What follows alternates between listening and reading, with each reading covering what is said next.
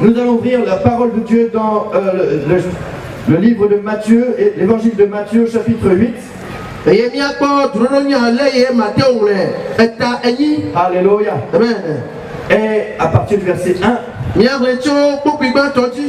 Lorsque Jésus fut descendu de la montagne, de grandes foules le suivirent.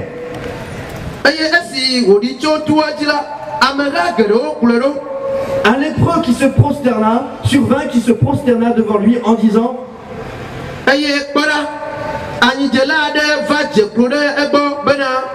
Seigneur, si tu le veux, tu peux me rendre pur. Jésus étendit la main, le toucha et dit: Je le veux, sois purifié. Je le veux, sois purifié. Alléluia. Amen. Le Seigneur est en train de toucher une dame, je crois que c'est une dame, et qui a deux problèmes, qui a des douleurs aux chevilles. Et d'ici la fin de la soirée, tu auras assez de force pour te tenir sur tes deux pieds. Tu vas te tenir debout ce soir.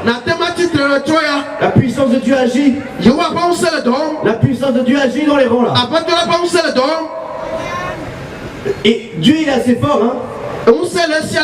J'ai pas besoin de tout lui dire pour qu'il fasse. Il vous connaît mieux que moi. C'est pas moi qui vous ai fait, c'est lui. Et lui il sait où il y a des problèmes, hein. Et puis comme c'est lui qui vous a fait avec amour et avec ses mains, il est très en colère quand vous avez une douleur ou une maladie. Alors avec amour, il est en train de guérir maintenant. Alléluia. Amen. Il y a une autre personne qui a une douleur et une maladie dans l'estomac. Aussitôt, il fut purifié de sa lèpre. Aussitôt. Dis avec moi, aussitôt. Amen. Amen. Il suffit que tu te tiennes là dans la foi. Tu sais ce que Dieu a dit qu'il ferait. Tu dis ce que Dieu a dit. Et Dieu fait ce qu'il a dit. Il a dit, il va faire. Si tu dis pas, là il fait pas. Mais tu dis ce qu'il a dit, il va faire. Mais si tu dis pas ce qu'il a dit, il ne fait pas. Tu comprends? Est-ce que c'est simple? Quand Dieu a dit, il le fait. C'est pas moi qui le dis. Vous n'êtes pas obligé de croire en Jean-Baptiste Lamblin. Mais vous avez intérêt à croire à la parole de Dieu. Vous avez intérêt à croire en sa parole parce que la parole de Dieu est vivante. Moi, je fais juste répéter la parole de Dieu, la parole de Dieu, la parole de Dieu, la parole de Dieu. Dieu a tout créé par sa parole. Et il dit une parole et ça s'accomplit. Alléluia. Amen. Donc si lui il me met une parole en moi et que je suis en train de dire en son nom, fièvre disparaît maintenant. Douleur disparaît maintenant. Eh bien la douleur elle n'entend pas seulement ma voix mais elle entend la voix de la parole de Dieu. Quand je dis infirmité tu quittes maintenant, l'infirmité elle a peur parce qu'elle n'entend pas la voix seulement de Jean-Baptiste mais elle entend la voix de la parole de Dieu. Alléluia. Amen. Alléluia. Amen. Donc une fois j'étais en train de prêcher comme ça et je parlais sur l'autorité spirituelle. Et puis je donnais juste un exemple. Écoutez, vous pouvez faire exactement pareil. Vous dites par exemple comme Jésus. Vous pouvez dire esprit de surdité tu pars maintenant. Vous avez compris? Et j'ai continué mon message. Et à la fin du message, il y a un homme qui est venu me voir. Et m'a dit au moment où tu as prononcé cette parole, mon oreille qui était bouchée s'est débouchée. Parce que j'ai chassé l'esprit de surdité. Amen. Ah, Dieu est puissant. Il l'a fait aussitôt. Et si nous avons le cas d'une lèpre, un lépreux. À cette époque, les lépreux n'avaient absolument pas le droit de se mélanger à la foule.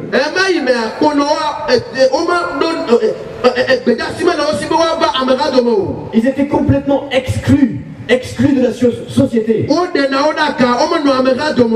On avait peur d'eux. La parole de Dieu avait donné une loi très précise. Les lépreux étaient considérés comme impurs. Et tous ceux qui étaient en rapport ou qui avaient touché un lépreux étaient impurs, étaient rendus impurs. Et voilà ce lépreux qui a entendu le discours de Jésus. Ce lépreux, il a entendu le discours de Jésus, de Dieu sur terre. Et normalement, il n'avait pas le droit de s'approcher de Jésus comme ça. Mais il a traversé la foule. Alors, voilà que ce lépreux, il ne doutait pas que Jésus puisse le guérir. Et souvent, nous n'avons pas trop de difficultés avec ce Dieu tout-puissant qui a créé le ciel et la terre. Ce Dieu tout-puissant.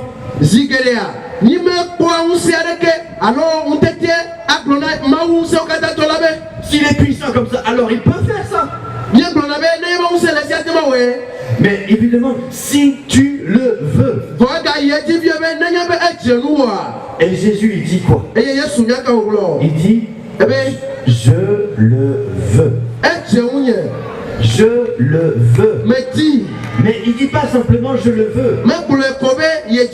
En réalité, quand on regarde bien, il dit je le veux avec plaisir.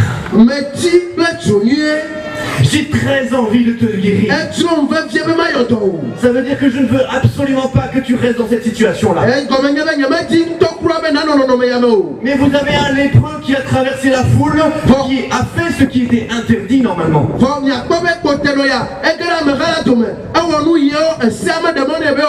Non pas pour toucher Jésus, mais pour que Jésus le touche. Et vous voyez quelque chose d'important ici. Jésus a dit, je le veux vraiment avec plaisir, je veux te toucher, je veux te guérir parfaitement, complètement.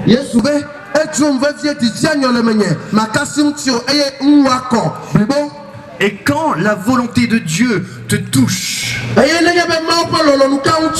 quand la volonté de Dieu, eh bien, se fait dans ta vie, tu es guéri. La volonté de Dieu se fait dans ta vie.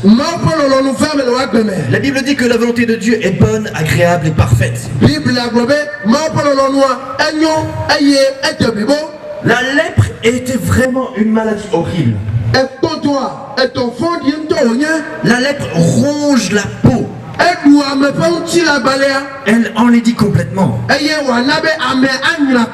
Ça démange. Le nez qui tombe, les oreilles qui tombent, les doigts qui tombent. C'est pour cela qu'ils étaient considérés comme impurs. Essayez d'imaginer cette horreur qui approche de Jésus. Et au moment où l'être impur touche l'être qui est absolument pur et qui vient du ciel,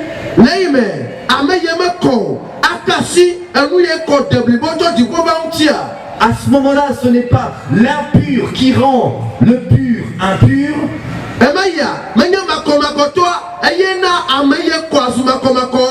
Ce n'est pas l'homme impur qui va souiller Jésus. Mais c'est l'homme qui est pur, Jésus, l'homme qui vient du ciel, qui vient purifier le lépreux. Jésus est pur, Jésus est saint. Quand il te touche, il te rend saint, il te rend pur. Il n'est pas dégoûté par toi. Il n'est pas dégoûté par toi. Quand la volonté de Dieu se fait, tu es guéri. Parce que la volonté de Dieu, c'est de te guérir. La lèpre représente aussi le péché.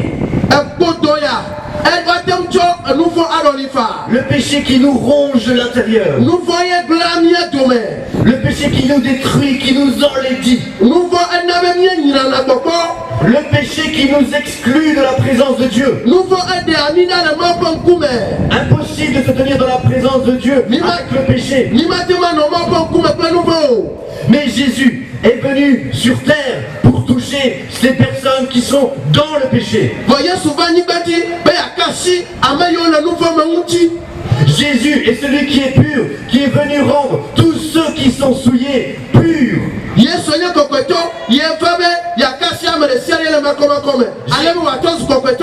Jésus est venu les toucher pour les nettoyer, pour nettoyer complètement. Le péché de notre cœur, c'est comme cette lèpre. L'amertume, la colère, l'orgueil, la honte, l'impureté, les critiques, la méchanceté, l'envie, le vol, la cupidité. Alléluia. Le vol, le meurtre. Tout cela nous ronge, nous détruit et nous exclut de la présence de Dieu pour toujours.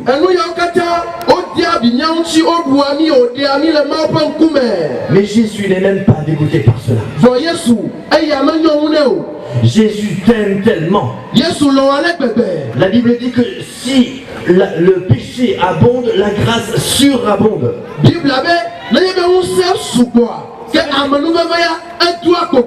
Il n'y a absolument rien de trop dégoûtant pour Jésus pour venir te purifier, pour venir lui-même te purifier.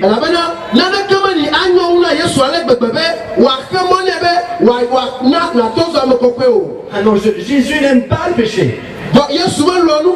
Le péché te sépare complètement de Dieu. Ce dont tu as absolument besoin, c'est de te laisser toucher par Jésus pour qu'il puisse te purifier complètement.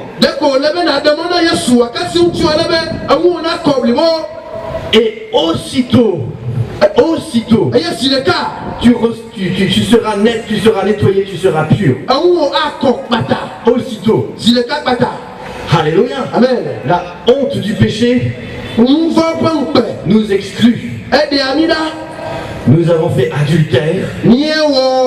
Nous avons fait de la magie. Nous avons honte de tout cela. Et nous ne savons plus comment nous en sortir.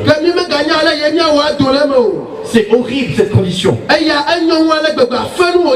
Tu trompes ta femme. Alléluia. Amen. Tu trompes ta femme. Tu bats tes enfants. Mais si tu veux toucher Jésus, lui va te purifier aussitôt. Alléluia. Amen. Les anges font la fête. Lorsque quelqu'un pleure sur ses péchés, lorsque quelqu'un vient toucher Jésus, les anges sont contents. Jésus est content. Jésus dit, oui, je le veux avec plaisir. Je viens te purifier avec grand plaisir. Jésus règne. Et on ne se moque pas de lui. Aujourd'hui, ses yeux sont des flammes de feu. Aujourd'hui, il tient les étoiles dans sa main. Il marche avec puissance. Quand il revient avec un sceptre de fer pour juger les nations.